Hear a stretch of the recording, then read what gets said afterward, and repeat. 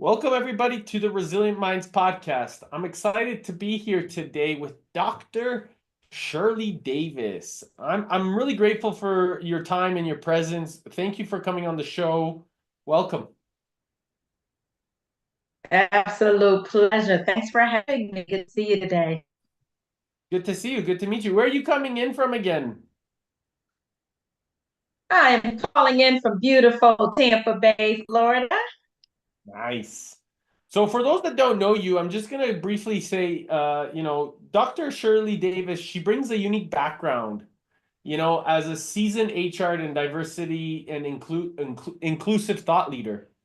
She's been a senior executive and leadership coach, a former chief diversity and inclusion officer, for several different Fortune 100 companies. She's worked more than 30 countries on 5 different continents and delivers more than 80 speeches a year on the planet.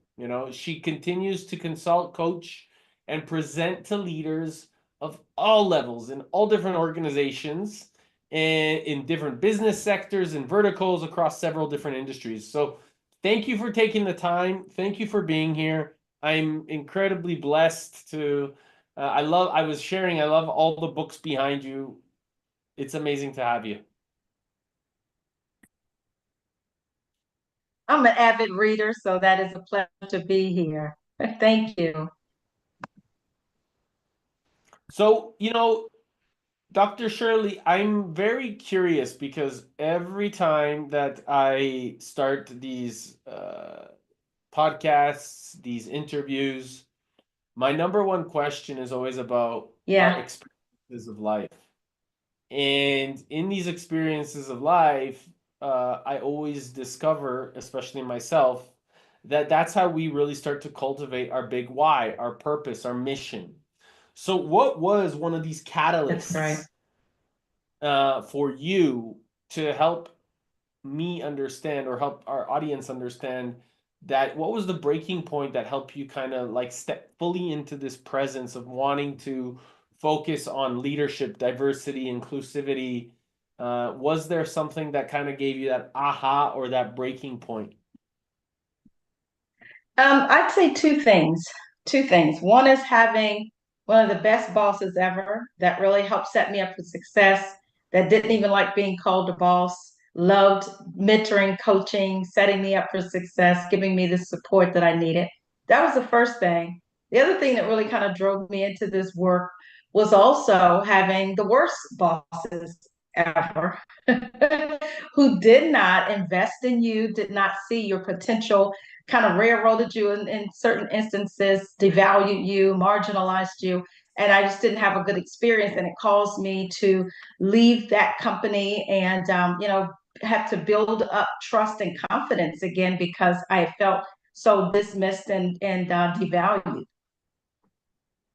Interesting. I love it. I think that this is something that is there a specific point or something that really you can go back to say, wow, this is a key indicator of or an example. So somebody that may be listening can say, wow, this is either happened to me or something really unique to your own experience that was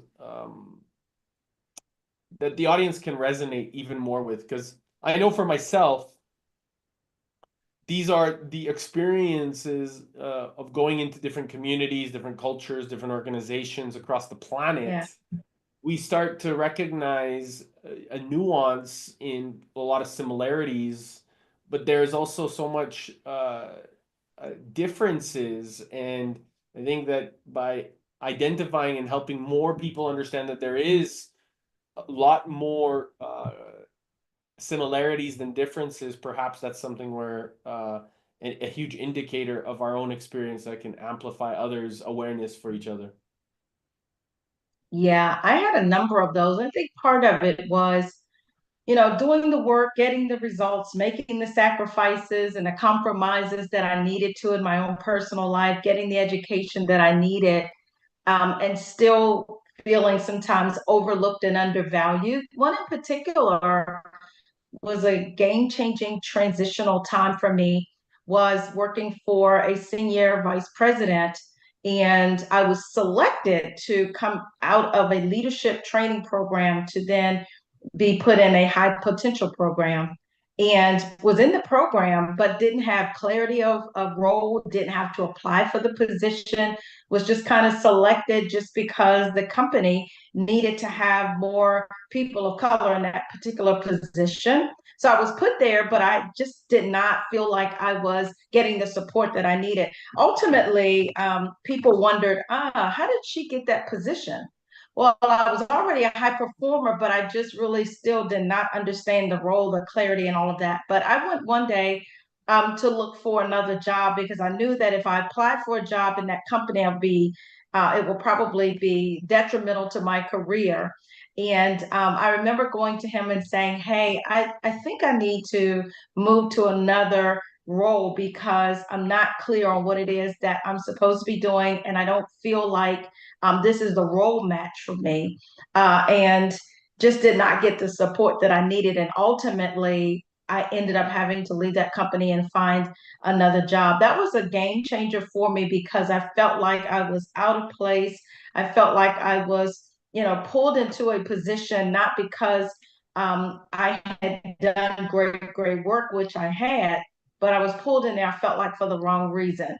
And so just having those conversations with him just went south really fast. And ultimately, I found, another job making a lot more money for a different company that ultimately continued to see my value, my worth, and I continued to move up the corporate ladder in the way that I should have versus being selected simply because they were, trying to fill certain seats.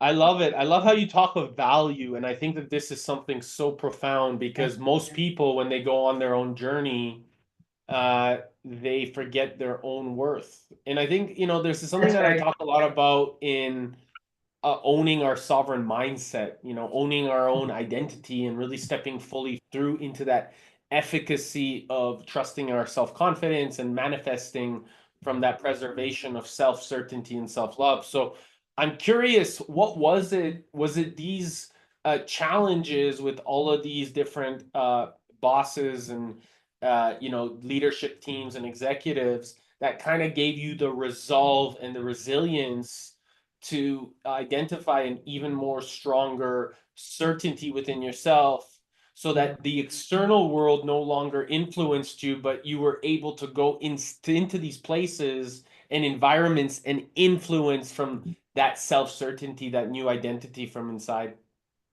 Yeah. It was a couple of things, Eric. Part of it was for me being a woman of faith and realizing that I was putting too much credence and credibility into other people's opinion of me. And I had to realize that there was so much power and gifts and talents and greatness on the inside of me. So I did that work. I also did the work to find what was my purpose, what was my compelling why, and the passions that I had that I really felt like I wanted to pursue and didn't want to wake up one day and say, now it's too late. Now I have regrets. Now I'm not living my dreams and I'm too old or I don't have the money. So I had to go through that process. I think the other thing that really helped me too was just having my mom to say, you know what? You are better than what they are sharing with you or what that boss said to you or how that boss treated you. Don't allow that to happen because you are much better than that. And having other people in my life, other mentors and coaches and friends who really then be were able to help me to see that greatness and to get beyond some of those obstacles and to not believe some of that negativity was I think a game changer to me. And then I got to a place where I became so self-confident and self-evolved and I had done that work that today, and I'd say 15, 20 years since then, I have been on that journey of living my truth, living my authenticity, being clear about who I am and the path that I'm on, and being so proud and honored of the woman and the person that I have become. And so now I'm unapologetically authentic. And I help leaders do that same thing too.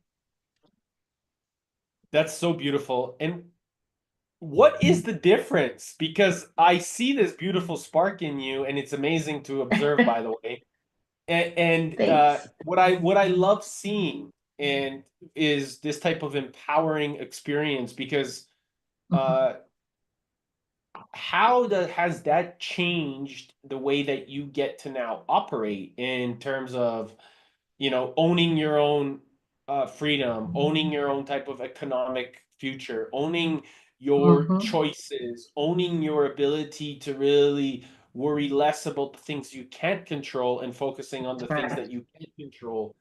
What has that shifted in your reality so that you can actually move with that level of precision, devotion, and peace? Yeah, Because I'm also hearing a lot of certainty in terms of your peace and the way that that's right. you're shining from inside. And you're hearing that. When I got to that place, and I got to that place, I would say in my late 30s. So I went through a lot of tests in life, troubles in life, challenges in life that I had to overcome.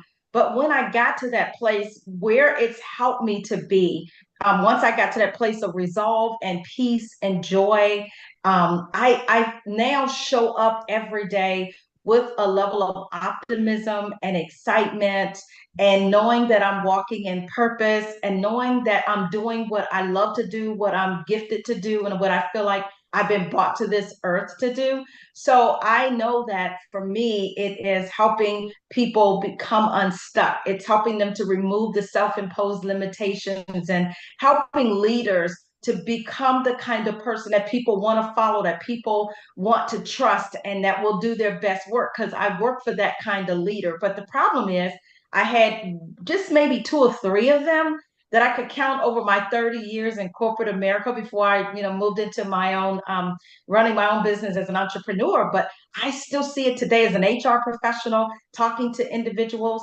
People are still feeling that lack of value, lack of respect, not feeling like they're seen or heard, or not feeling like their voices matter. And I want people's voices to matter because I believe my voice matters. So, what you see me do every day when I show up is I speak with confidence because I am clear about who I am and what I bring to the table. I stay in my lane, and I'm operating from that place of personal confidence, but also that personal humility.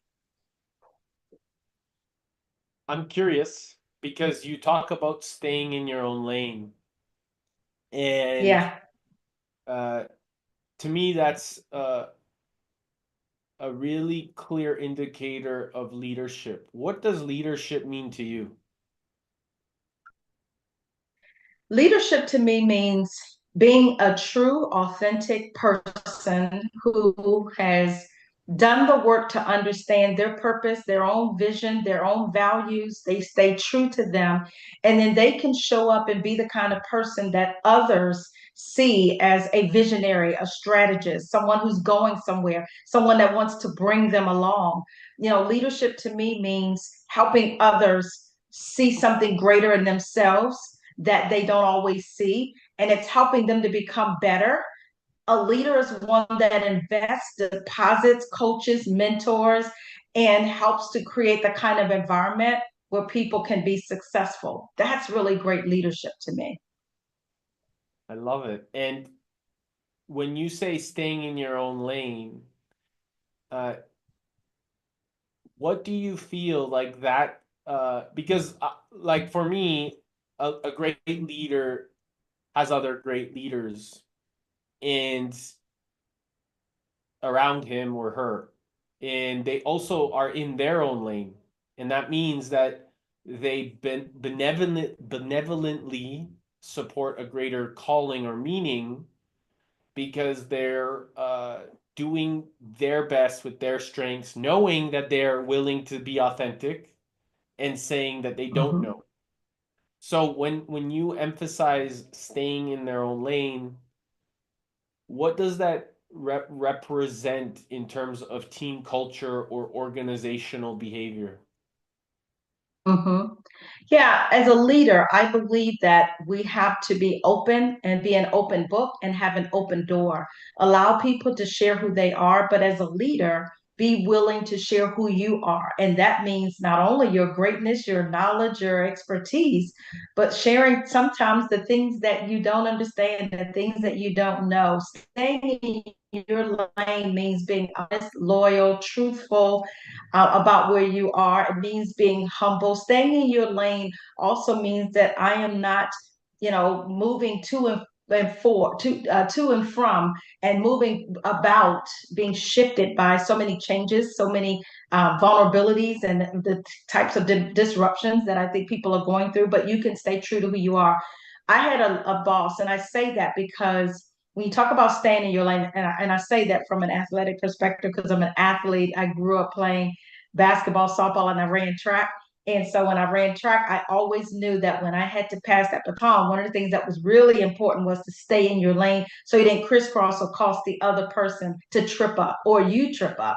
I think that's important even in life, is that you find what you do well. You find where your stride is. You find where your gifts and talents are, and you stay there. You don't have to become somebody else. You don't have to try to, use your power against people or use it as a weapon, but being true to people and letting them know what you do know, helping them to become better, but also admitting what you don't know and leveraging the team and their expertise to help make you better as well. I love it. Teamwork makes the dream work, I always say. That's right. And again, no I in team, right? So it's important to look at your team to even help make you better. You're not just there as a leader to help make them better, but a great leader helps the team see how they make each other better. Beautiful. Well said. Uh, do you see that this transition or this opportunity can be more uh, implemented or empowered inside of a corporate America or corporations, that maybe are still stuck in a traditional paradigm, or is that already shifting from your perspective? I think we still got some work to do. There is so many research studies and statistics, and I do hundreds of organizational assessments, leadership audits, and I coach leaders at all levels. I work with different boards. And so I work with senior executives as well. And there is still a leadership gap. There's still a real need for more effective leaders who help people feel a sense of belonging, a sense of connection, and a sense of inclusion. So there's definitely work to still be done in our corporations. I think that leaders have to understand that the workforce continues to change. We've got six generations now working alongside each other, people from all over the world, and we're now in a hybrid working environment. So people are at the office, they're working remotely, they're working flexibly. And so there's so many ways that we have to, as leaders, understand people who come from different backgrounds, have different experiences, see the world differently, and have different cultures, norms, and values. So it's complex. I get that. But I think in the workplace, there's still that opportunity where leaders can still get to know people, allow them to be their authentic self. Because when we bring better ideas, we solve more complex problems, we provide better service, we work more collaboratively as a team, and we certainly can serve our customers and our clients better when we do that. So leadership couldn't be more key and critical. And I do see the need for us to enhance the learning, the development, the training, and the accountabilities as leaders. Where do you see that they're doing this really strong, like with your experience around the planet? Where do you see that there's like a strong collaborative effort on a global spectrum? And are you seeing that there could be improvement? You mean in particular in companies or in industries, or were you thinking from leadership perspective? However you feel to answer, you tell me. Yeah. I see at the senior executive level, a lot of times they're there to provide vision, strategy, forward thinking, and helping the company to, build a global presence and certainly to remain relevant and marketable. At the line level, supervisor level is where they have the greatest impact because they're the ones really kind of doing the work. They're on the ground, boots on the ground, and they're helping to manage the production lines as well as the products and the projects. So I think that's where you have some of the greatest needs and the greatest opportunities. Now, I also see it too in the emerging leaders. A lot of times, as they're coming in, they may be green from an experiential perspective, but they are more open to speak up. They're more open to share ideas. They want to have a seat at the table. They want to be involved. So I think at every level, there's some pros and then there's some cons. And so all of those, I think, have opportunities for growth and to close some of those gaps around the connections. Part of this is simply because we're in a constant state of change. And over the last 4 or 5 years, whether it's through technology or whether it's a global pandemic or whether it's now the demographic shifts and certainly technology continues to redefine the ways that we work, how we work together. So we have to constantly be upskilling and reskilling as leaders. So you really never, get into a place where you can check the box and now you're done. It's a constant learning, growing, maturing, shifting and changing, and being more self-reflective of the things that you need to do to be better. What about culturally? Culture plays a significant role. Now, you can look at it as the workplace culture, and you can look at it as, cultural norms based on regions, locations, geography, as well as ethnicity. But as I think about, which I do a lot of work around, is workplace culture. That's where leaders have a really significant I think, as we look at the ways that people show up at work, it has a lot to do with the kind of culture of that workplace. Culture is made up of norms, attitudes, behaviors, and the ways that people are treated. So practices and behaviors. And I always say leaders are the thermostats in every organization, not the temperature gauge. They're the ones that set the ways that people work, the ways that they feel, how they experience the culture. And culture isn't always something you see, it's definitely something you feel and something that you experience. And leaders are the ones that really have that responsibility and also the role of setting the right kind of culture in which people work in. I agree big time. Do you feel Yeah. there's room for improvement when it comes to this?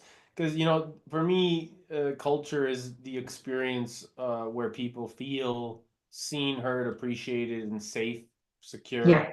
They Mhm. also feel like they can have thoughtful, profound disagreements and they can continue to raise their awareness because the leader chooses to hold the standards, and meaning creating standards of outstanding possibilities and choosing to always navigate the paradigm that allows the experience of people around them, around him or her, to feel Mhm. where they can empower themselves and observe by or learn by observing the leader's actions, not the words, the actions. So, how does this translate into workplace culture for you? It again goes back to the willingness of leaders to listen, to engage, to connect, to ask questions, to be curious about what the talent needs. What is the employee experience like? Doing it focused, so whether it is sitting on a meeting with your team member or it is new hires. So it does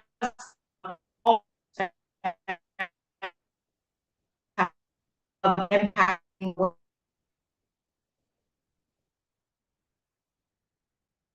Well, I guess we lost Shirley, but I think that what we'll do is